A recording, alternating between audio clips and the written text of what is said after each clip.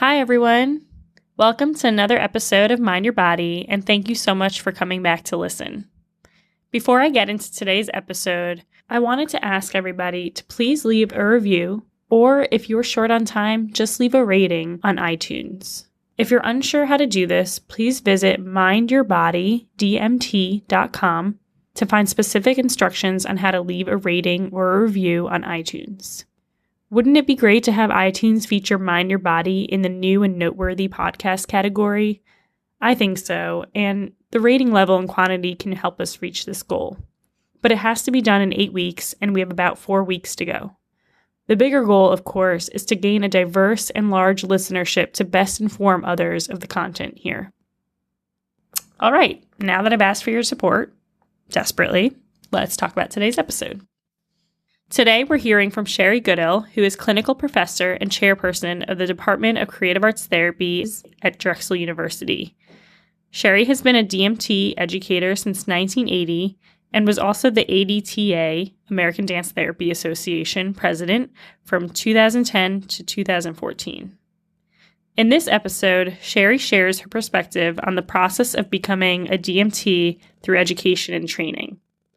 We delve into what it really means to find your path to helping others, incorporating the mind-body connection in a helping profession, and transformative processes that happen all in between and beyond.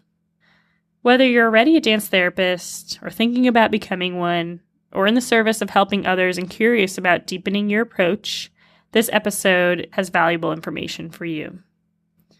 Also, something we didn't really mention is that there are many different routes to discovering your way in this field or similar fields, and some of that depends on where you're starting. But there are grad schools, alternate training programs, certificates, etc. Keep your options open as you listen to this episode if you feel a strong pull towards this career. For more steps on becoming a dance movement therapist, specifically, the American Dance Therapy Association site has a lot of very helpful FAQs. That's www.adta.org. This is Mind Your Body, a dance movement therapy perspective on the integration of our emotional, cognitive, physical, and spiritual aspects of our being into one more aware and whole existence. Do you want to introduce yourself? Hi. Well, first of all, Aretha, I just want to thank you for the opportunity to be part of your podcast. I'm really excited about this project, and I'm happy to be sharing these thoughts with you about dance movement therapy education. Happy to have you. I have been a dance movement therapy educator for a very long time. I taught my first course in dance movement therapy in the early 80s. And also along the way, I've been a creative arts therapy educator and worked with students in music therapy and art therapy. For 10 years of this time, I served as the chair of the American Dance Therapy Association's Committee on Approval of Graduate Programs. And in that role, I got to learn a lot about dance movement therapy education around this country, so that my understanding and learning about educating in our discipline is a little broader than just my own experience. Mm-hmm. I can say what I have loved as a dance movement therapy educator, that it's a real privilege to have a role and be witness to what happens when someone becomes a psychotherapist. What happens as people integrate information, theory, practice, and the part of becoming a therapist that is about developing an identity as a therapist. It's a real privilege to be able to witness that and to have a hand in that process. That's so nice. I really thank you for coming on to the podcast, and I thought that it would be really great to have your perspective as a DMT educator for how many years is it exactly? Over 30 years, I will say. Okay. So that's a very long time. And since we have had a few episodes about dance movement therapy and practices related. Maybe some people by now are wondering, what does it mean to become a dance movement therapist? What's the process? And maybe some people are starting to think, can I be a dance movement therapist? Mm-hmm. So my first question to you is, why do people generally choose to become dance therapist as opposed to becoming a different type of therapist or using dance as a background for a different career? Mm-hmm. Well, I think I'll start out with what's similar about becoming a dance movement therapist or any other kind of mental health professional. Folks who come into this discipline are similar to others who go into counseling or another kind of mental health discipline in their interest in a service profession, of being of help to others, of being curious about human motivation, about what the healing process looks like, about behavioral change, about psychology. Those are things that are shared amongst folks who come into any of the mental health disciplines. What is unique or different about folks who come into dance movement therapy is the mind-body connection and a real curiosity about the mind-body connection. Often, as I have met with many, many people who have come into the field, people who are considering coming into the field, often that comes from some kind of personal experience where either dance has had a healing or somehow important role in one's life, or there's been some other kind of moment where the power of the mind-body connection has really surfaced. And it's riveting, isn't it? To finally understand this bidirectional relationship between what we call psyche and what we call soma.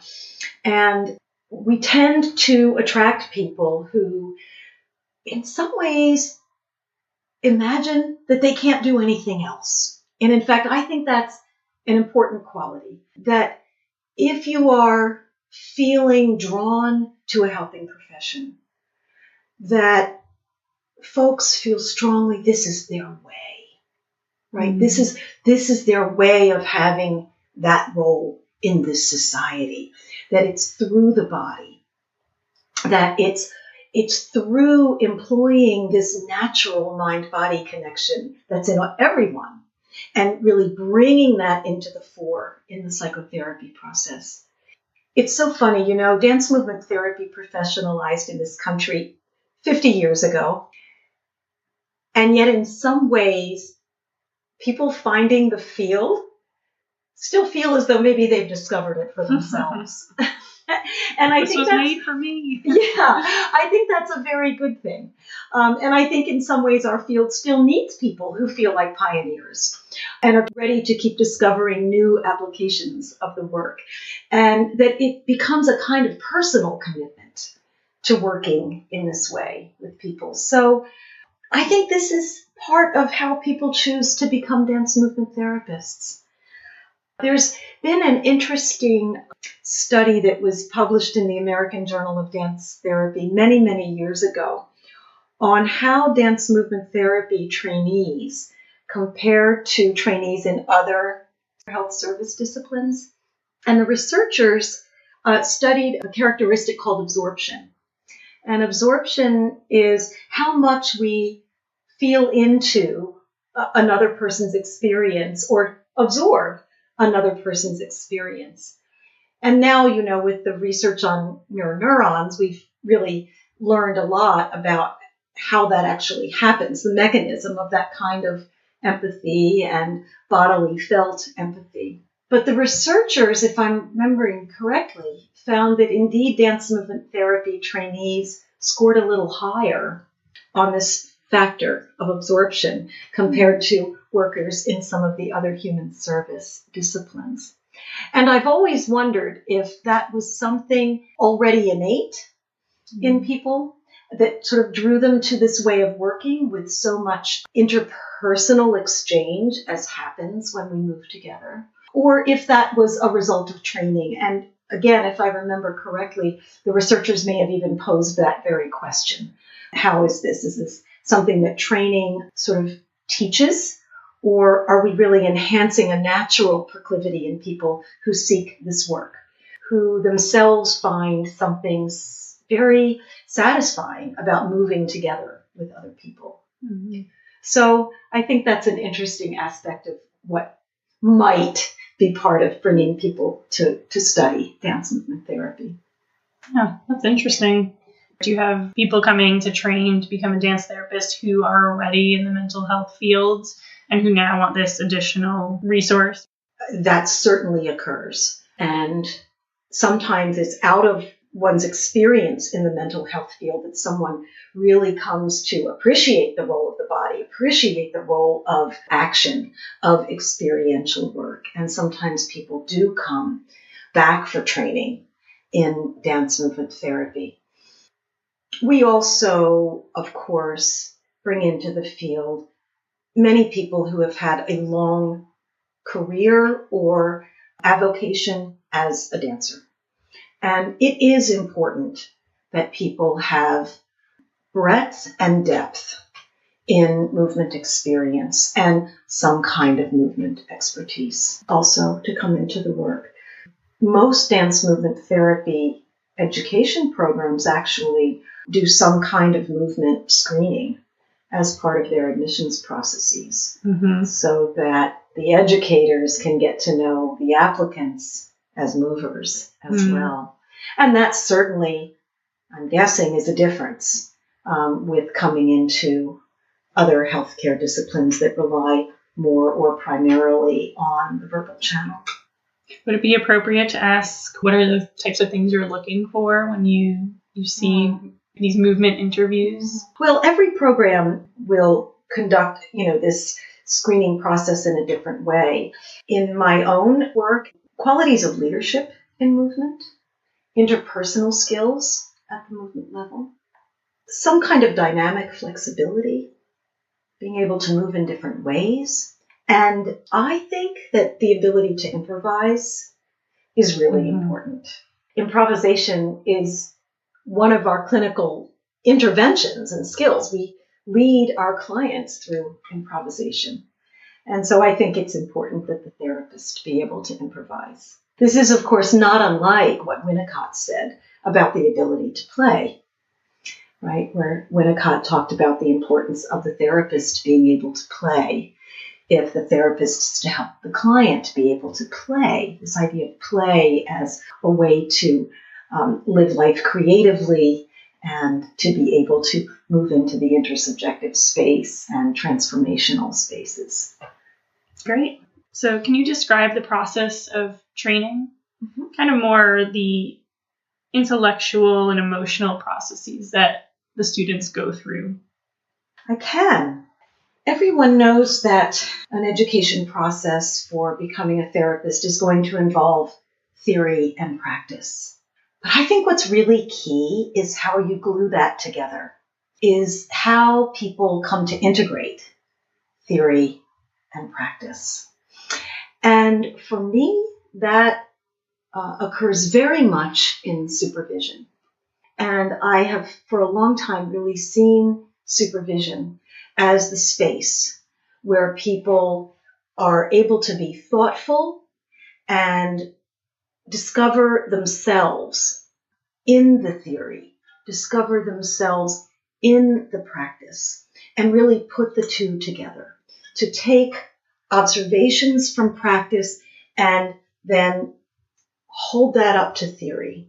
To what extent can theory help us understand what has just occurred? Right? Because human behavior is patterned. And theory has been developed out of observation.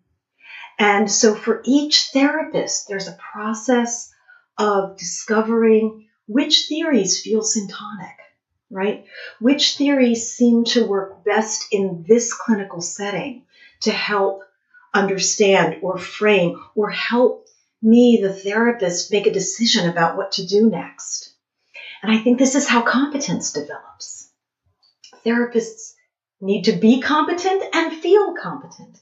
And so supervision becomes this sort of crucible, where you're bringing these experiences. And for new therapists, for students of therapy, these can be confusing. They can be unexpected, some of these experiences and observations. And then you're connecting it to what's happened in class. And people say, oh, now I understand. Mm-hmm. And I think that's a really key piece of psychotherapy training and a key piece of dance movement therapy training.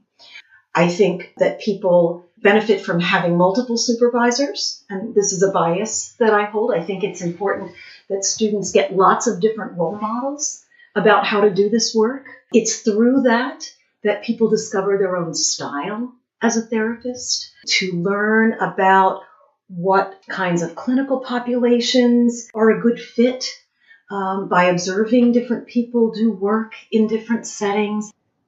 When you say supervisors, some people might think of that as boss or administrative supervisor. So just to clarify, clinical supervision process, it's a little more of sharing what you're learning and your own emotional and intellectual process that goes along with it. And your supervisor is there to hold your experience, to guide you, to teach you.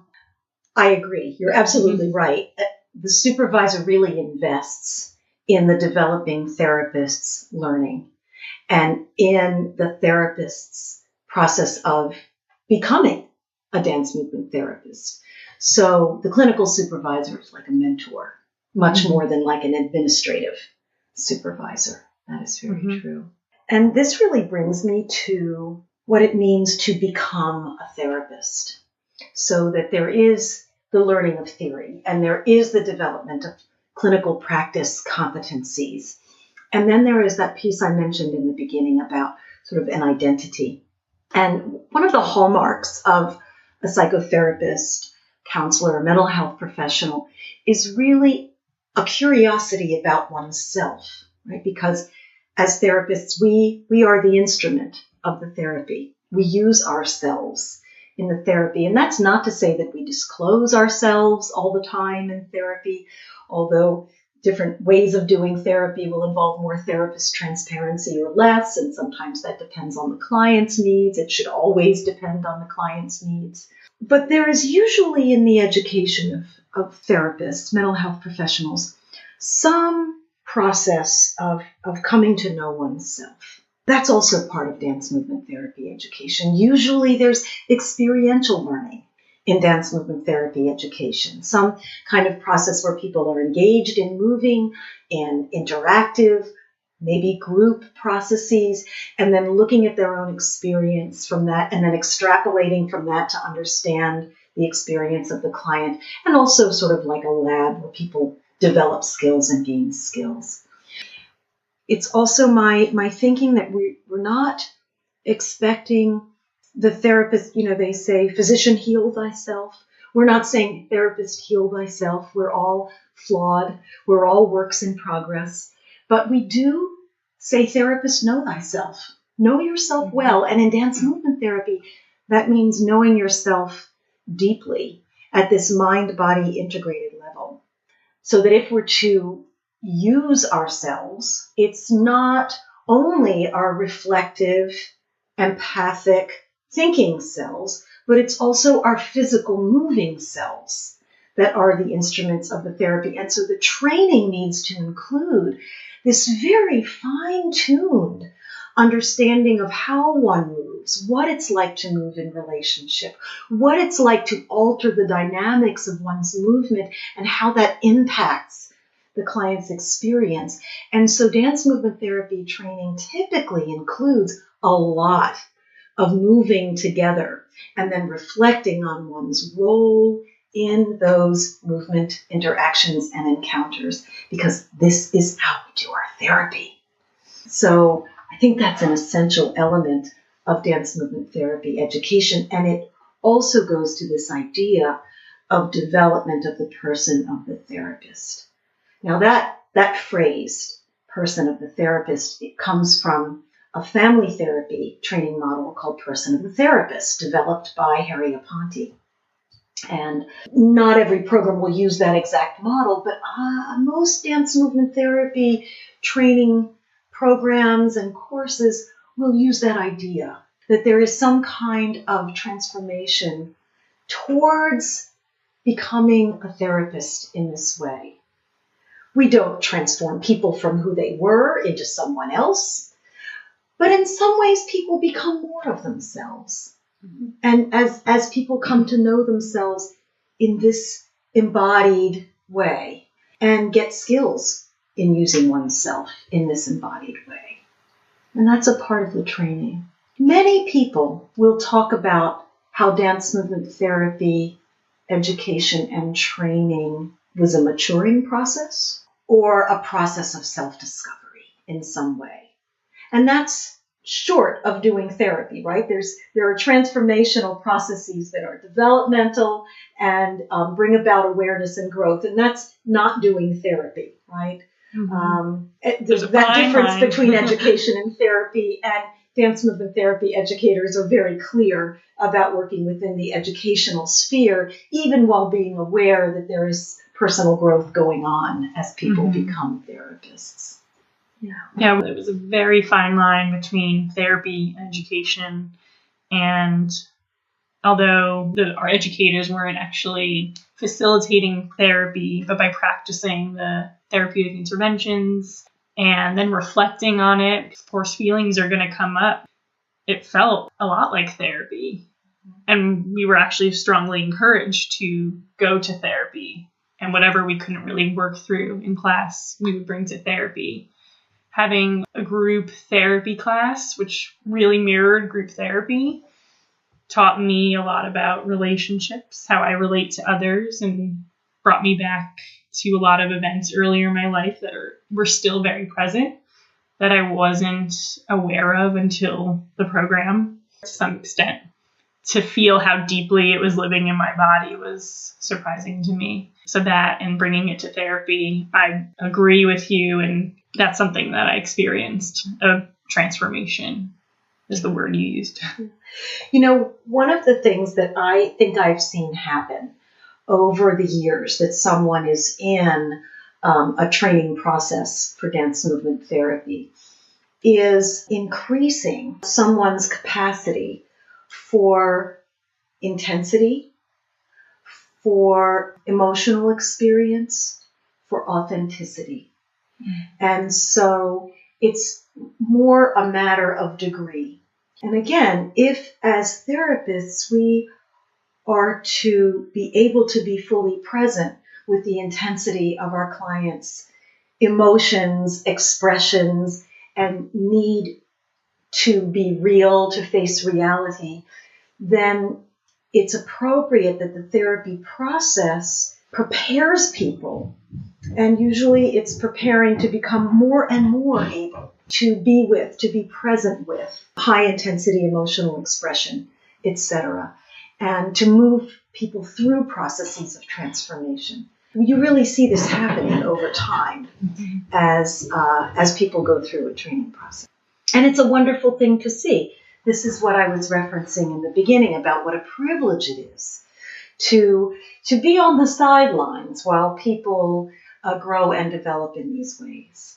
Mm-hmm. Yeah, I think I had a strong feeling throughout my training that it was inevitable that people were going to find out who I was anyway, because it was such intense work. And if you're not being authentic and real within the training and reflection, well, then you're not really learning authentically who you are, which affects how you present as a therapist or who you are as a therapist. So I was on the verge of crying every supervision class. And at some point, I was just like, you know what? I can either fight against this or I can just go with it. And of course, at some point, I decided to go with it and really discover myself and learn more and really dig deep. I remember doing that movement, actually, digging. In that process, you start to hold and tolerate more of discomfort, more uncomfortable feelings about yourself, and being seen by others during that time as well. Yes. There are a couple aspects of this part of the education that I'd like to detail. And one is, really understanding therapeutic relationship and what that means. And so, the psychodynamic ideas of transference and countertransference are part of this. And not every theoretical framework will reference these relational dynamics in the same way. But the idea that one can relatively accurately understand how others might see them, right? And that has a relationship to understanding a client's transference, right? And that one can relatively accurately observe their own responses to something in the intersubjective realm and identify that. And identify that as related to this relationship or maybe another relationship. And the other thing that's very important related to what we've been talking about and increasingly part of dance movement therapy education in the last 10, 15 years in an intentional way is that of multicultural learning.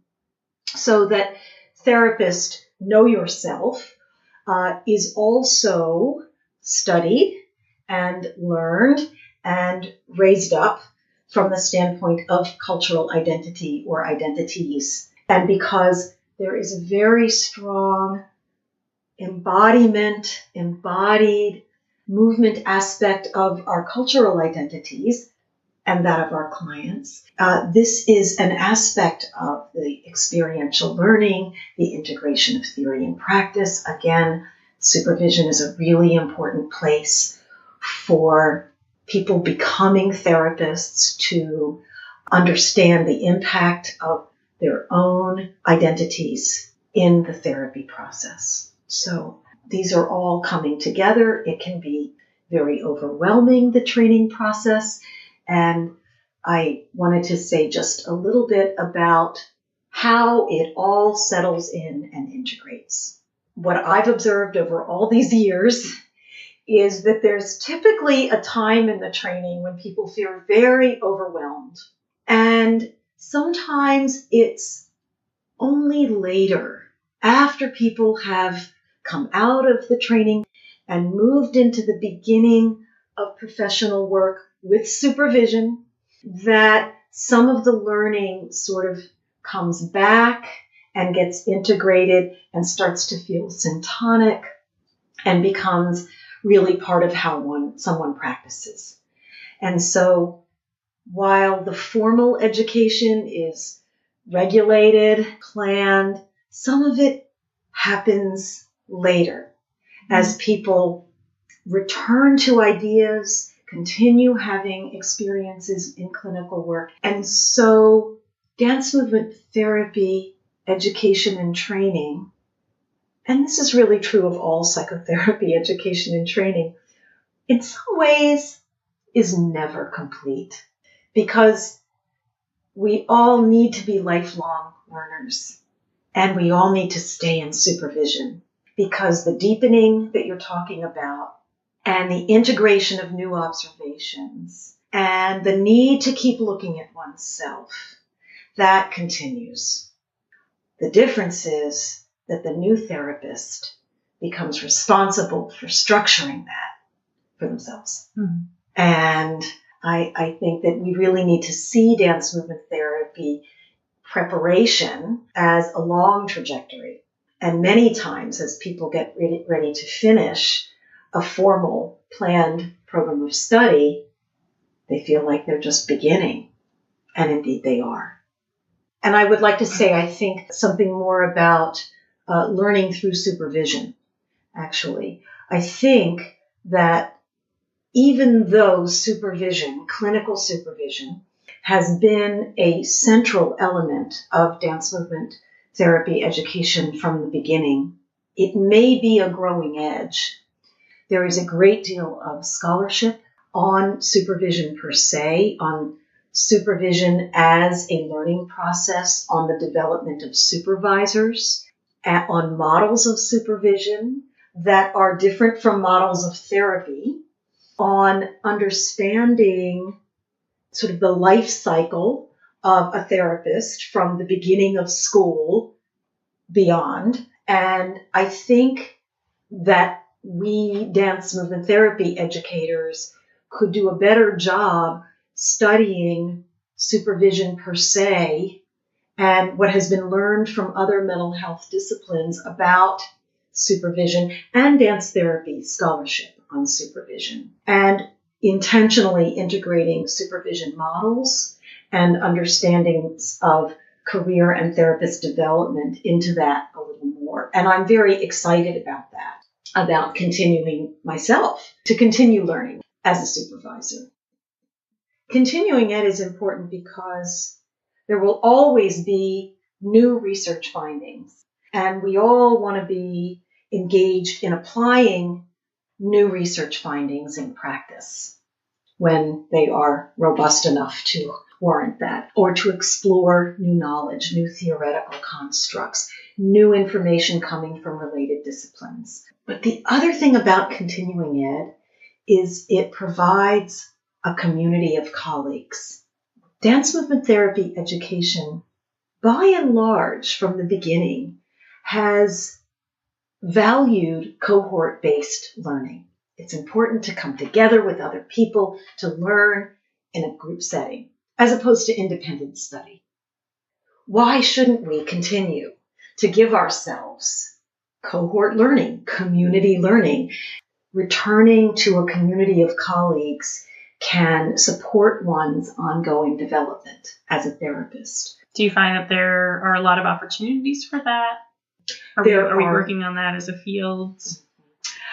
There are more now that we, and by we I really mean the entire community of mental health professionals, are exploiting the internet and the fact that we can create community on the internet.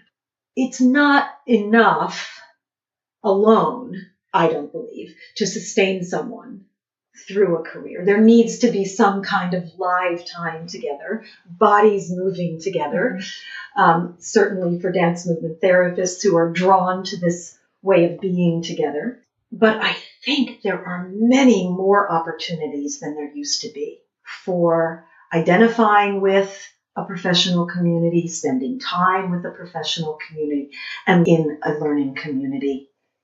And the online environment is increasingly viable for that. Yeah. You know, there's something related to that I wanted to say about dance movement therapy education. We talked about how people coming into the field are coming already with some relationship to dance and movement, that dance has made a difference in their own lives, that there's a certain amount of dance and movement competency and readiness to begin the training. I think for people considering the work, it's important to know that one does not necessarily become a better dancer through dance movement therapy training. Nor do clients necessarily. And I think it's also important for people to know that doing dance movement therapy is not enough to sustain and fuel one's own movement life. And this is advice I often have given to folks coming into a program or working through the training process. And that is that to be effective in our work, we have to keep our own movement lives alive. We don't meet our own movement needs moving with our clients. We meet our clients' movement needs. And sometimes that means quieting our own movement impulses, our own needs for expression. And I think it's very important for people to continue in their own dance movement lives during training and on in the career in order to be effective in our work.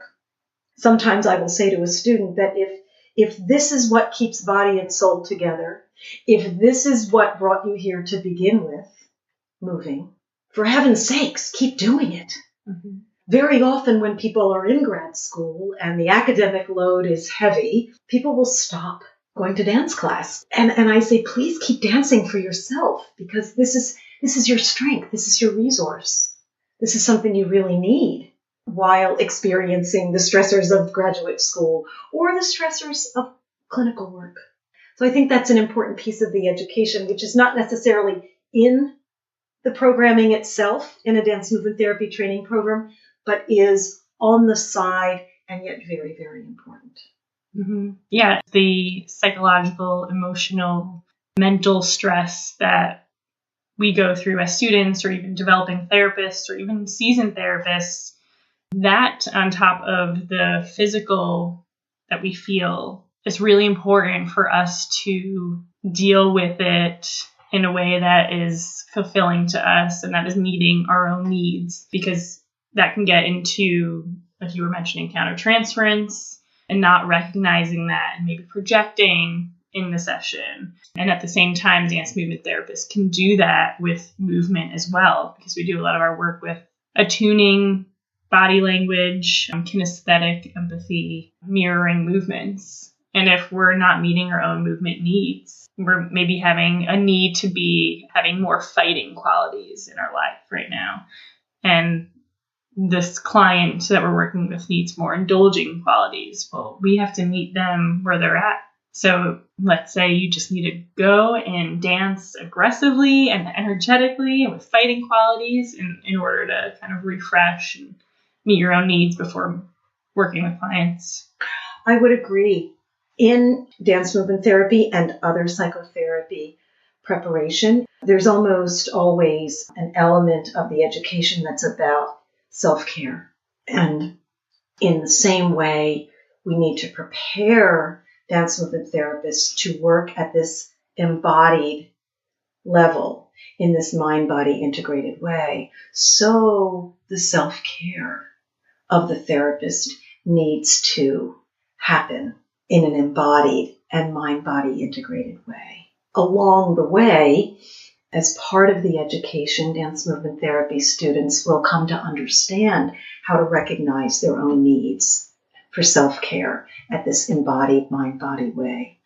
And my way is dance. Not everybody will remain active in a dance career or with performing or with technical types of dance. But it's important that folks begin the habit while in training of staying in tune with their own movement needs and engaging in self-care that involves tapping into oneself, meeting oneself in movement so that you can then be really present and accessible and available to meet your clients in movement. Mm-hmm. I'm thinking back now again to other mental health professionals, and surely this must affect them as well, who are not necessarily taking care of themselves directly through the body as much. Do you think that it would be important for other mental health professionals to somehow engage a little bit more in their body, gain some more body knowledge, and why? What might they be showing in session as a therapist, even if they're not doing work through movement, through the body? Well, I'm very biased in my approach to this question. I am too. And I've never not been a dance movement therapist, so I can only speak from my own experience, and that is indeed to hope that at the very least, folks who are working as, quote, talk therapists have a way to pay attention to their own bodily felt responses when in therapy, when conducting counseling with others, when thinking about or in supervision regarding cases, because that is a competence to be able to sense one's own responses to stories, material, expressions that patients and clients will bring to any kind of therapy. And we are all embodied selves. And so we can trust that at some level, the therapist's embodied self is having some kind of response. And I do agree that, that kind of resonance around one's own responses needs to include an attention to what the body is saying. And that's true for all therapists. And I really think that therapists of any specialty will understand and appreciate that. Mm-hmm. So just being more aware of, for example, the breath, the therapist's breath throughout the session, and maybe at some points it's becoming more shallow. Maybe it's feeling a little bit harder to breathe. From my perspective, my approach, to me, that's information. First of all, that's me feeling my own countertransference, which also may inform me of what other patients or clients in the session might be feeling too. And maybe there's a collective need for us to breathe deeper, become more regulated. Yeah, I would agree with that. And certainly many times in my own work as a therapist, and I'm guessing your listeners will be able to identify with this too, is that at some point, spending time with, working with a client, something starts to happen. And it's usually initially a rather undifferentiated sympathetic nervous system arousal of the type you were just describing. So the initial alert there is, whoa, something's happening for me. Mm-hmm. And then, and I think this is the outcome of training and good supervision, the therapist is able to very quickly understand a little bit more. Not just, whoa, something's happening for me, but what is this? This is familiar. I can use this to understand my client better, or maybe I need to put this away because this is about me, right? Now, it takes a long time and a lot of practice and a lot of working, as you were saying, authentically and honestly in supervision to be able to do that in the moment with the client. And sometimes a therapist won't know exactly what to do, but will simply notice it and not do anything that time. And then think about it later and then take it to supervision and say, when my client was talking about X, when my client was telling me this story, when they were expressing this feeling in this way, I knew something was going on for me, and I didn't quite know yet what that was. That's the work in supervision. That's the work of self-reflection. So the body offers an initial signal, right? But then differentiating that, naming it, and knowing what to understand from that signal, that's what happens with ongoing supervision and more experience as a therapist. That is a kind of expertise for therapists. And this is precisely why dance movement therapy education involves a lot of experiential learning with movement. Right, because engaging in the experientials, if you're role-playing the client or even the therapist and you start to notice these feelings coming up, this is a time to practice, right, and reflect. What you were referring to before. It is. And I think it might be wise to differentiate at least what I'm talking about as experiential learning and practical learning. So dance movement therapy education will include both if we understand practical learning as learning in the field, under supervision, working in the student role with clients and patients, and then experiential learning, more this moving in classes that are designed for having one's own experiences and then learning from stepping back from that and understanding them. In some disciplines, the practical learning might be called experiential learning, but we're really making a distinction here. Sometimes I say to a student, this is about you being both the subject and the object of the learning in this kind of experiential learning process. So we have just a few minutes left. And I'm wondering if you have any words of advice for anyone considering becoming a dance movement therapist.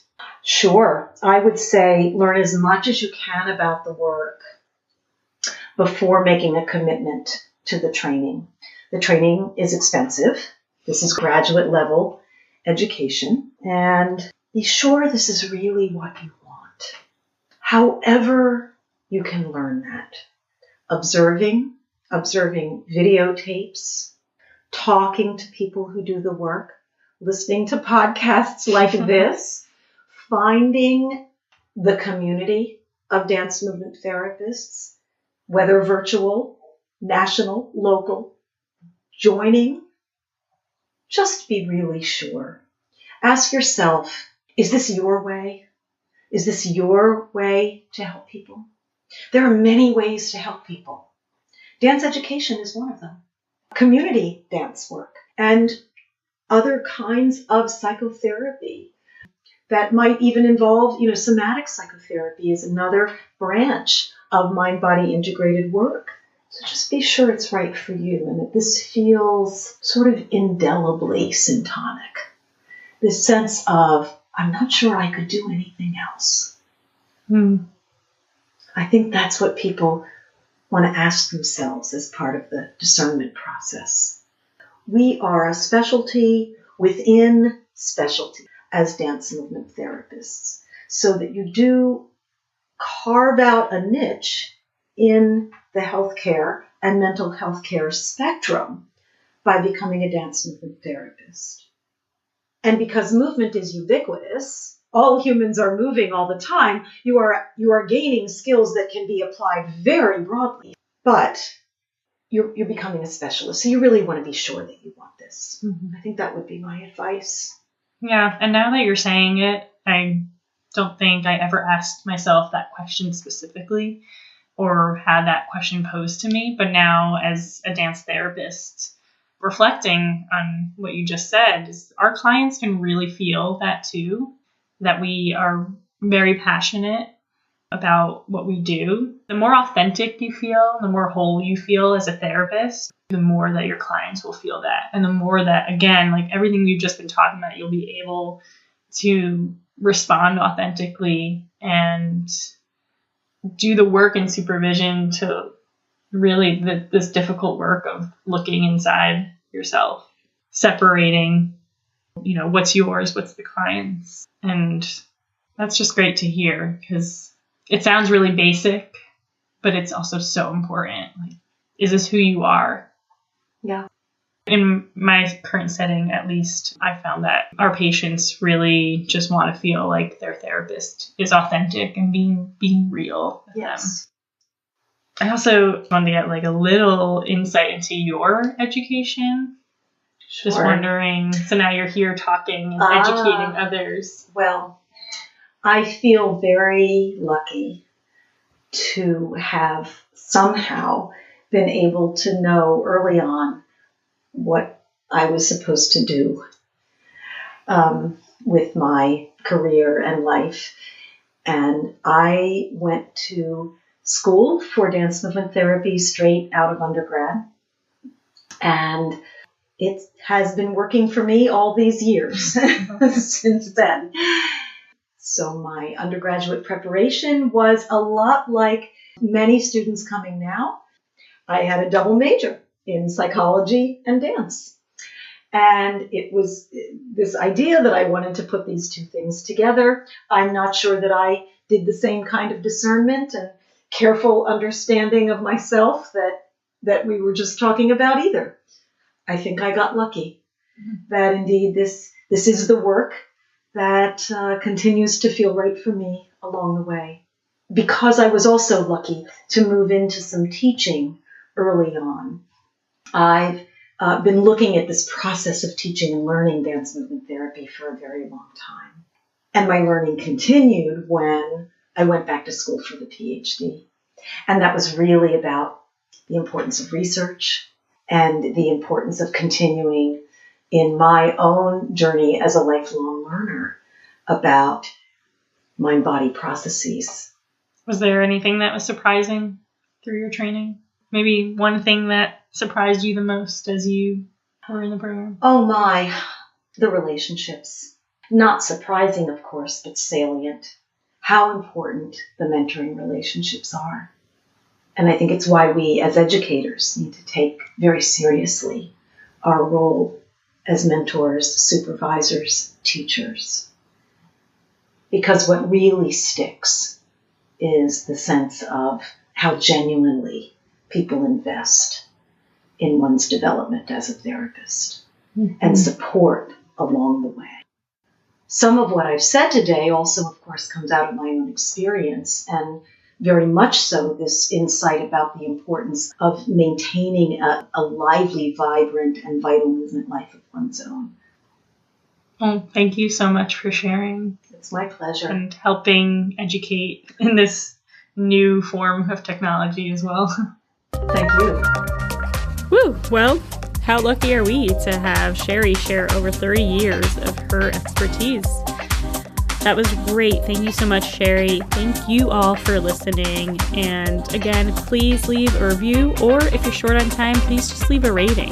Thanks so much, and we'll see you next time.